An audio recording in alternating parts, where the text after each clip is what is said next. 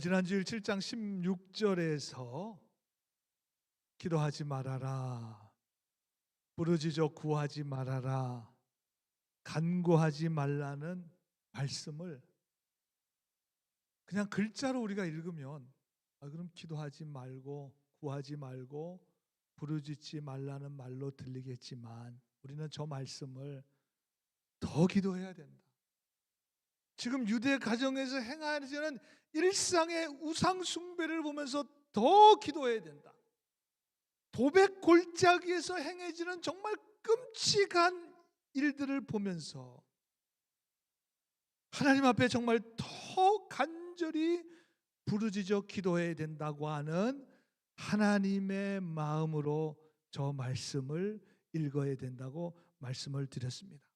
그래서 여러분, 성경은 글자가 아니라 하나님의 마음으로 읽으셔야 합니다.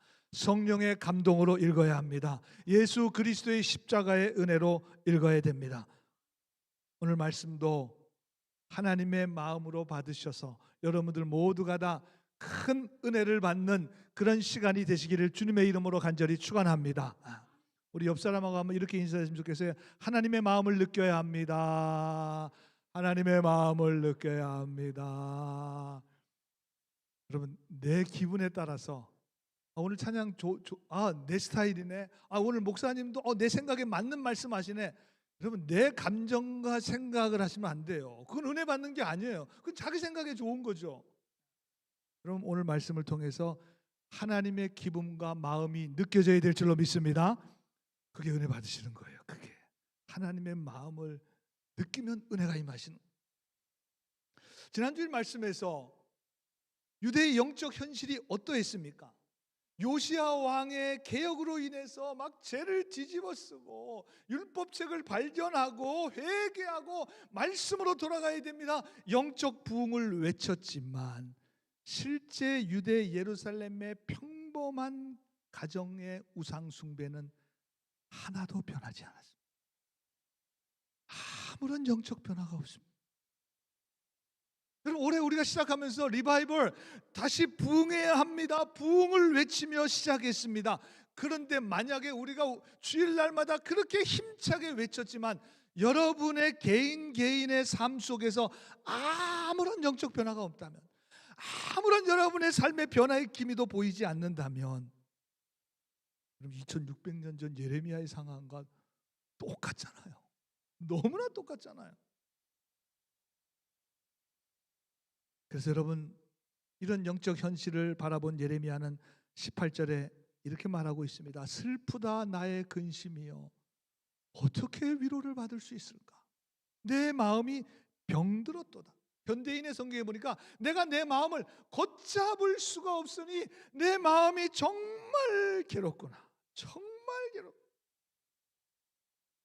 지금 벌어지는 유대의 영적 현실을 보고 괴로워했고, 또 이제 하나님께서 말씀을 주셔서 앞으로 그렇다면 어떤 일이 벌어질 것인가의 모습을 보았습니다. 그래서 저렇게 괴로워하고 있는 거예요. 저렇게 막 내가 병들었다고 고백할 정도로 힘들어하고 있습니다. 그러면 실제로 예레미야가 도대체 뭘 보았길래 이렇게 근심하고 괴로워하고 고통스러워하는가? 여러분, 구체적인 이유가 오늘 16절에 나오고 있습니다.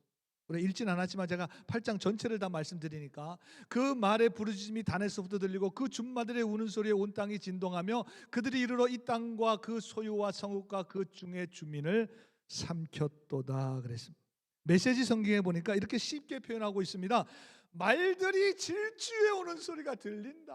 엄청난 소리다. 땅이 흔들리고 떨린다. 그들이 이 나라를 통째로 삼킬 것이다. 마을과 사람들이 전쟁의 먹이가 되어 사라질 것이다. 그럼 옛날이나 지금이나 이 전쟁의 아픔과 고통과 상처는 참 말로 할 수가 없죠. 그 당시 전쟁 끔찍합니다. 잔인합니다. 이 줌마라고 하는 것은 전쟁을 하게 하는 아주 잘 훈련된 말들입니다.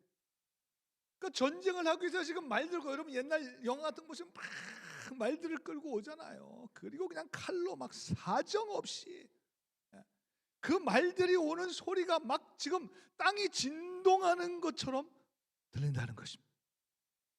그럼 지금으로 말하면 미사일, 탱크, 폭탄, 막 여러분 전쟁 나는 지역에 폭탄이 터지고 미사일이 날아다니고, 그 미사일을 또 격추하기 위해서 또 미사일을 날리고 난리가 나. 그럼 지금 우리가 살아가고 있는 이 시대에 계속해서 수많은 전쟁이 일어나고 있습니다. 빨리 전쟁이 그쳐야 되는데 정말 하나님의 평화가 임하기를 오늘도 우리가 간절히 소원하는 마음을 가지고 아마 여러분들이 예배에 나오셨을 것 같아요. 왜냐하면 지금 우리가 살고 있는 이 미국 전쟁 중에 있습니다. 전쟁 중에 있잖아요. 지난 주간에 여러분 미사일과 폭탄이 떨어지는 장면을 텔레비에서, 스마트폰에서 계속해서 도대체 언제 끝날 건가? 우리는 그냥 이렇게 화면으로 보아서 이게 지금 그게 뭐 실감이 안 나요, 사실은. 여러분, 그렇지만 만약에 내가 지금 전쟁하고 있는 그 지역에 막 폭탄이 날아드는, 여러분 그 지역에 있다고 내가 생각, 지금 그 중동 지역을 여행하는 사람들이 지금 난리가 났잖아. 막 수만 명, 수백만 명이 여행하다가 지금 그 어떻게 지금 빠져나올 줄을 몰라가지고 지금. 여러분들, 우리가 만약에 내가 그 상황에 있다고 생각해 본다면 정말 끔찍한 일이, 정말 두려운 일이죠. 여러분, 전쟁 영화만 봐도 잔인해도 그렇게 잔인할 수가 없습니다. 끔찍해도 그렇게 끔찍할 수가 없습니다. 상상이 되지 않을 정도로 그냥 죽이는 거예요. 뭐 인정사정이, 왜? 아, 내가 죽지 않으면 남을 죽여야 되는 그 전쟁이 참으로 무섭습니다. 그러니까 이 말을 탄 준마들, 이 기마부대가 오는 소리, 그 길에는 약탈과 죽음과 파괴가 일어나는데 지금 그 소리가 들린다는 거예요. 지금 예레미야는 지금 그걸 듣고 있다는 거예요. 그러니 지진만큼이나 두려운 것입니다. 저도 10년 전도 캘리포니아에 살았는데, 제가 살았던 그 벤츄라라고 하는 지역이 그 밑이 캘리포니아가 그렇지만 강력한 지진대가 지나가는 곳이에요. 그래서 100년에 한 번 큰 지진이 난다고, 제가 있을 때도 아유 이거 올 텐데 우리 대비해야 되는데 준비해야 되는데 다들 겁내하고 있었습니다. 실제로 제가 10년 동안 살면서 몇 차례 좀 그 큰 지진도 경험해 보았습니다. 어느 날 집에 있는데 막 집이 흔들리는 거예요. 막 이렇게 이 등도 흔들리고, 가족들 다 집에 있는데 저도 모르게 저만 살고자 집을 뛰쳐나왔어요. 그냥 뛰쳐나갔어요. 그냥 혼자만 살려고 뛰쳐나갔다고 저희 집사람하고 애들하고 막 저를 엄청나게 비난했는데, 제가 얘기했어요. 아니 나라도 살아야 니네들 구원할 거 아니냐. 내가 살아야 들어가서 건져내주고 구조해줄 거 아니냐. 그랬지만 믿질 않더라고요. 자기 혼자 살려고 도망갔다고. 말로만 듣다가 정말 지진을 실제로 경험해 보니까 뭐 어떻게 탁자 밑으로 들어가야 되고 뭐 이 생각할 겨를이 없어요. 생각할 겨를이 없어요. 여러분, 지진이라는 건 참 순식간에 일어나는 일이고 완전히 다 파괴되고 폐허가 되고 많은 사람들이 죽거나 다치게 됩니다. 그런데 문제는 이런 엄청난 지진을 경험했어요. 북이스라엘이 망했습니다. 10지파로 되어 있는 남유다에서 바로 자기들 눈앞에서 북이스라엘이 아수르에서 망하는 것을 경험했어요. 엄청난 일이잖아요. 자기네들은 겨우 지파 2지파고 남유다는 북쪽의 10지파가 망했습니다. 근데 그걸 아주 가볍게 생각합니다. 11절에 보시면 그들이 말하기를 평강하다 평강하다 하나 평강이 없다는 것입니다. 아니 북이스라엘이 망했는데도 못 깨달아요. 그리고 그냥 평강하다 그래요. 앞으로 엄청난 바벨론 군사들이 엄청난 준마들을 이끌고 완전히 다 우리가 폐허가 될 텐데 그런데도 다 괜찮다는 거예요. 지금 유대 예루살렘 유대는 전부 다 가정마다 일상이 우상 숭배가 되어 지금 영적으로 파멸하기 직전에 있는데도 못 깨닫고 있습니다. 깨닫고 있어요. 여러분 아무리 이야기해도 못 깨달으니 소용이 없죠. 벽에다 대고 이야기하는 것이 더 나을지 모릅니다. 그래서 우리나라 속담에 쇠기의 경읽기라는 표현이 쇠기 소에다가 경전을 계속 들려줘봐야 무슨 소용이 있겠습니까? 소야 여물이나 더 달라 그러겠죠. 근데 미국 속담에도 아주 이와 비슷해요. Talking to wall, talking to wall. 벽에다 대고 이게 더 나은 것 같아요. 벽에다 대고 얘기해봐야 무슨 소용이 있겠습니까? 뭐 거기다 하소연해봐야 벽이 무슨 응답을 하겠습니까? Talking to the wall. 벽에다 이야기하는 것 아무 소용이 없습니다. 그러면서 8장 14절에 보면 이렇게 얘기해요. 우리가 어찌 가만히 앉았으나 모일지어다. 우리가 견고한 성읍들로 들어가서 거기서 멸망하자. 우리가 여호와께 범죄하였으므로 우리 하나님 여호와께서 우리를 멸하시니 우리에게 독한 물을 마시게 하심이라 그랬는데 우리가 범죄했습니다. 지금 회개하는 게 아니에요. 아니 그랬다면 죄를 뒤집어 쓰고 회개하고 금식하고 하나님께 다시 돌아가야 되지 않겠습니까? 그럼 하나님 맞아 주시죠. 그런데 저 말씀은 하나님께 범죄했다고 말은 하지만 실제로는 하나님을 원망하고 있습니다. 우리를 멸하시면 우리에게 독한 물을 마시게 하면 마시겠다는 것입니다. 하나님이 그렇게 하면 우리 그렇게 하겠다는 거예요.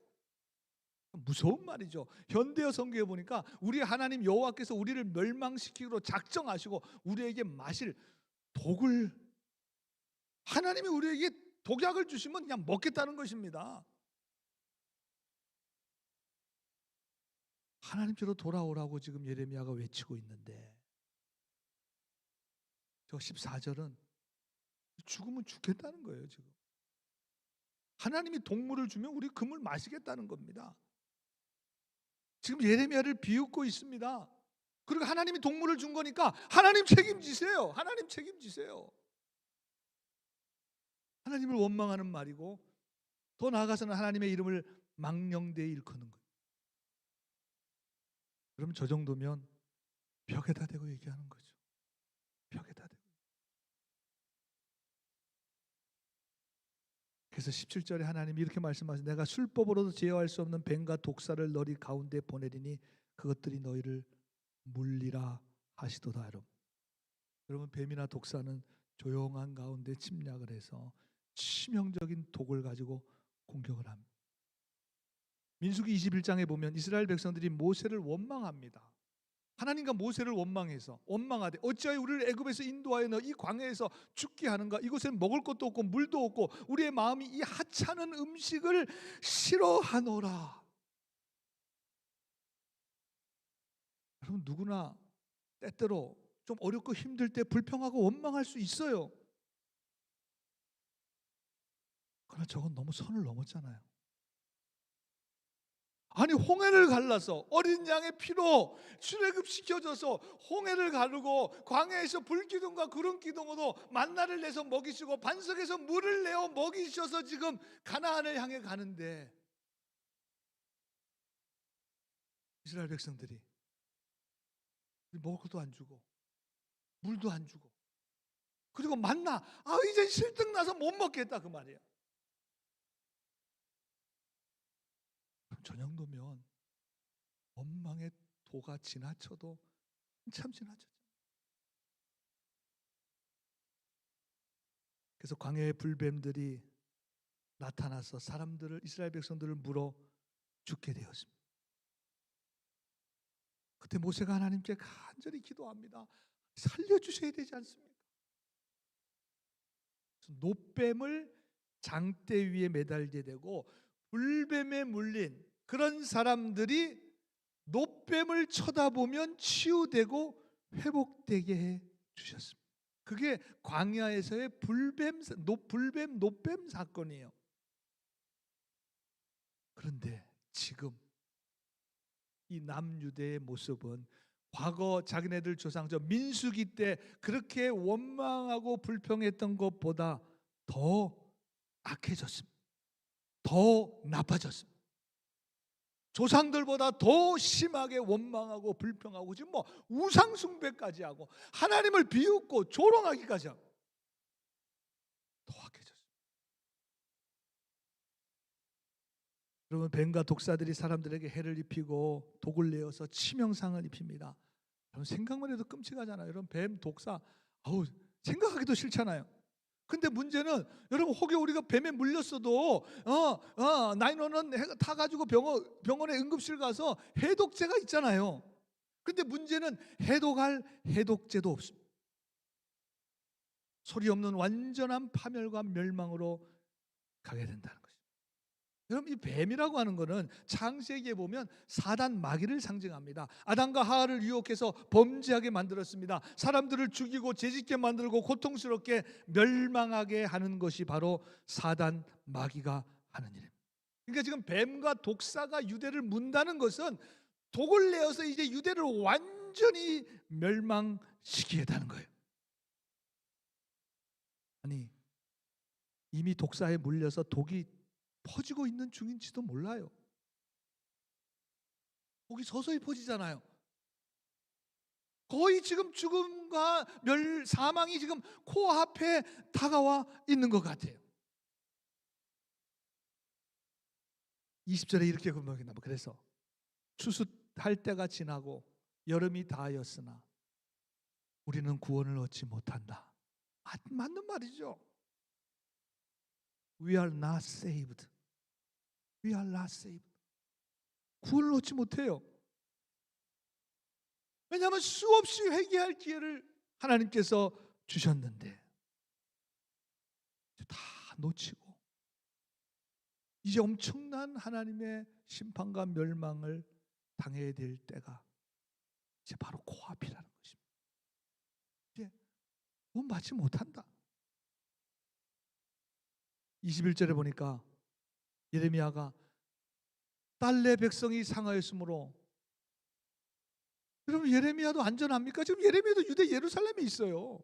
나도 상하여 슬퍼하며 두려움에 잡혔도다. 예레미야 본인도 예외일 수 없습니다.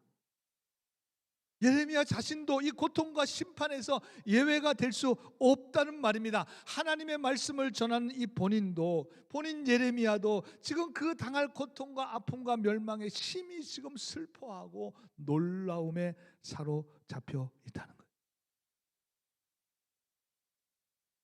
그렇게 8장 21절이 끝나야 되는데 놀라움에 사로잡혔도다. 그리고 그냥 끝나잖아요.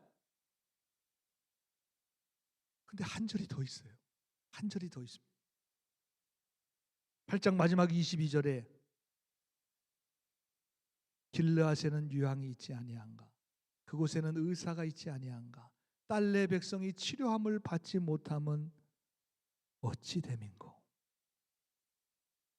이 마지막 너무나 참 아쉬워하면서 고통스러워하면서 내뱉은 한마디 말씀이 저 8장 22절 말씀이에요. 여러분, 당시 길르앗에는 실제로 약재로 사용되는 유황이 풍부했습니다. 약재로 사용되는 재료가 풍부했으니 거기 의사들이 거기 많이 몰려갔습니다. 의사도 많았어요. 그러니까 실제로 그 길르앗이라는 곳에 이 유황은 사람들의 몸속에 있는 독을 제거하는 데 사용됐습니다. 통증을 치료하는 것으로 사용됐습니다. 그러니까 이 길르앗이라는 곳이 그런 유황이 많이 나는 지역이고, 그래서 많은 사람들이 몰리면서 의사가 많은 지역이 된, 병원이 많은 지역이 된 거예요. 이 길르앗이.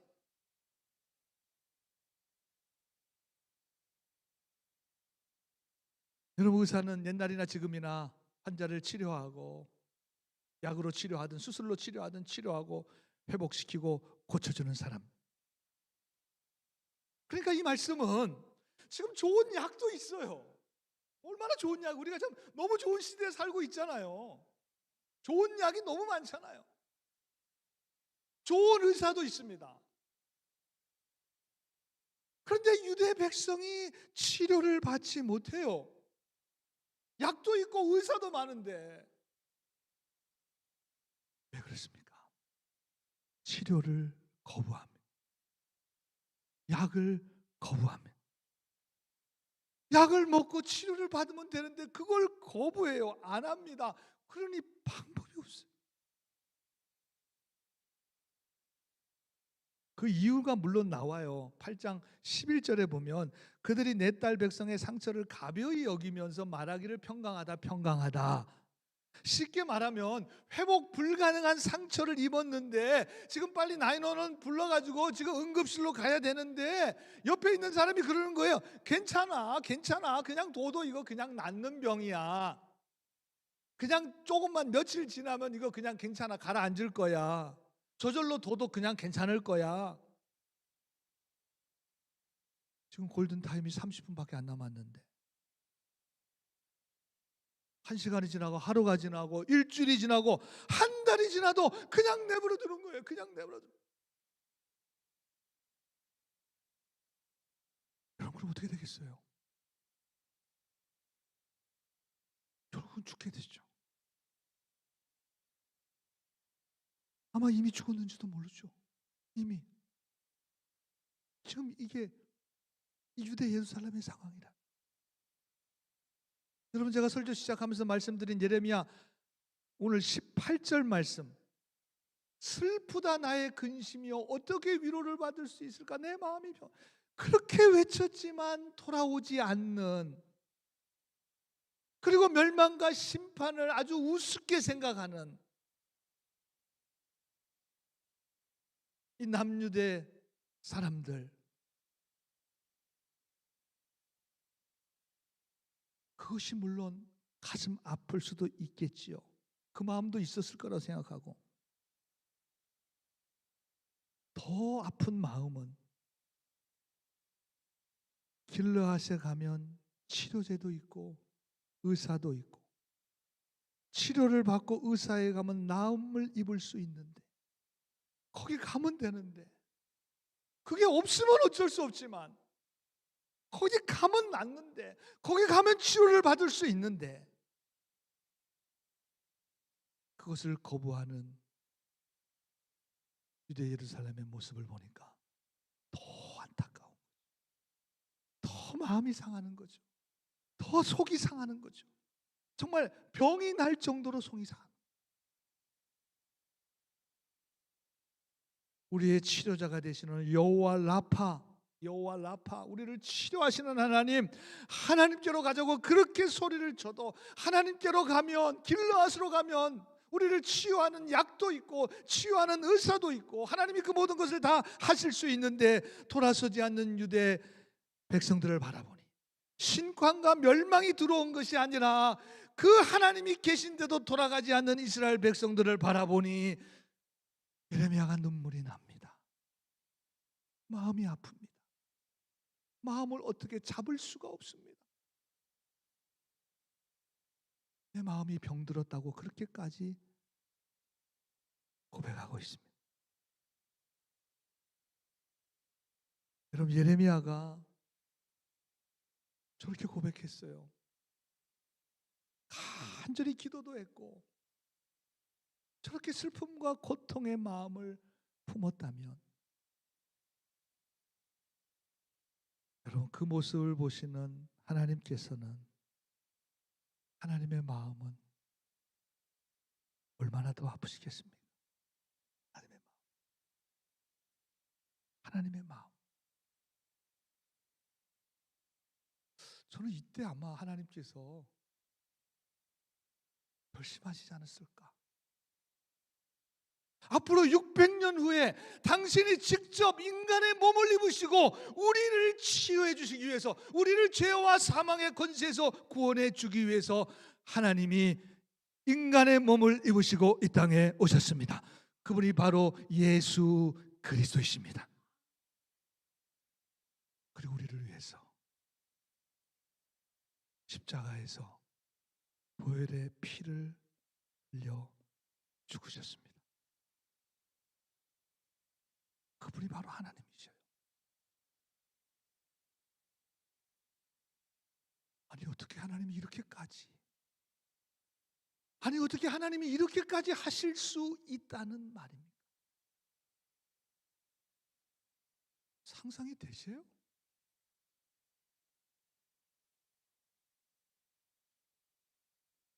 하나님은 다 주셨습니다.